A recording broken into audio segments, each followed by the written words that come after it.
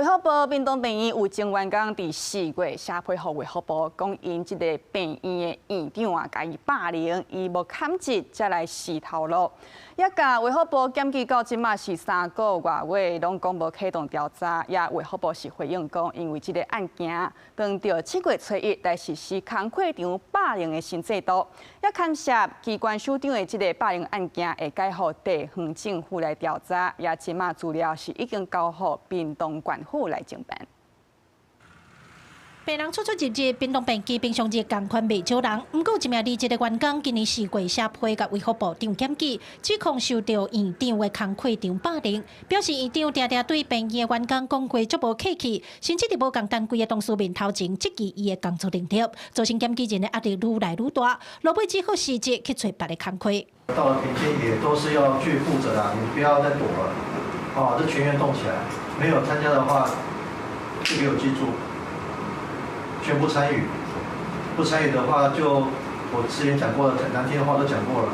他就說他在當眾裡面有很多科室的各科室主管面前直接講說，那現在停電在即了，那怎麼辦？所以你什麼都不知道嗎？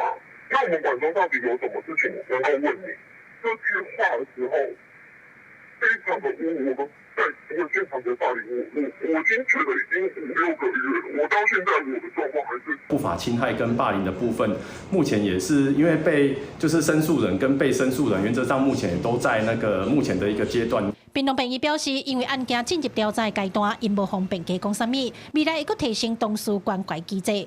除了工課場霸凌的部分，當事人嘛質疑，為什麼4月就寫批予衛福部長，經過3個月啊，霸凌的調查完全無進度，所以真正唔知要安怎。約時間要來訪談嘛？對，找委員啊，要時間，然後你跟他約時間，就那個委員找好了，可是那個申訴人他反而說他6月沒有空。已收到申訴人資料補正，將於10個工作日內以書面通知申訴人是否受理。對此，衛福部醫學會表示，因為案件當到7月初1工課場霸凌的新制度上路，牽涉到機關首長的霸凌案件，會交予地方政府負責調查，已經把資料送予屏東縣政府接手辦理。記者柯明哲，屏東採訪報道。